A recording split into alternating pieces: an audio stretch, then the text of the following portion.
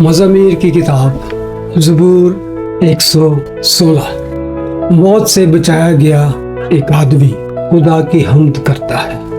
मैं खुदावंद से मोहब्बत रखता हूँ क्योंकि उसने मेरी फरियाद और मिन्नत सुनी है, क्योंकि उसने मेरी तरफ कान लगाया, इसलिए मैं उम्र भर उससे दुआ करूँगा। मौत की रस्सियों ने मुझे जकड़ लिया और पाताल के दर्द मुझ पर आ पड़े। मैं दुख और गम में गिरफ्तार हुआ। तब मैंने खुदावंद से दुआ की कि ऐ खुदावंद, मैं तेरी मिन्नत करता हूँ, मेरी जान को रहाई बख्श।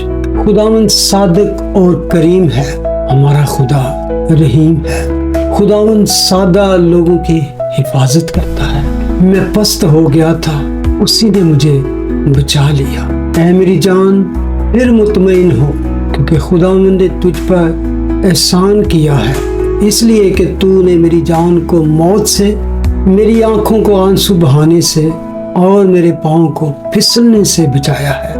मैं जिंदों की ज़मीन में खुदावंद के हुजूर चलता रहूँगा। मैं ईमान रखता हूँ, इसलिए ये कहूँगा, मैं बड़ी मुसीबत में था।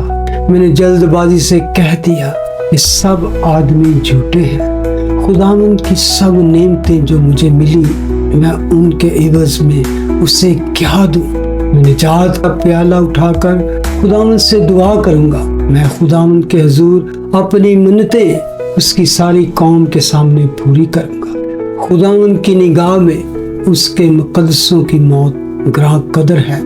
आह ऐ खुदावंद, मैं तेरा बंदा हूँ, मैं तेरा बंदा, तेरी लौंडी का बेटा। तूने मेरे बंधन खोले हैं। मैं तेरे हुजूर शुक्रगुजारी की कुर्बानियाँ चढ़ाऊंगा और खुदावंद से दुआ करूंगा।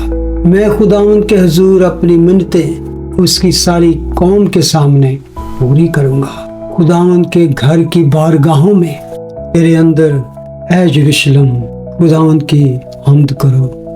खुदावंद के पाक कलाम के पढ़ने और सुनने और उस पर अमल करने वाले मुबारक हैं।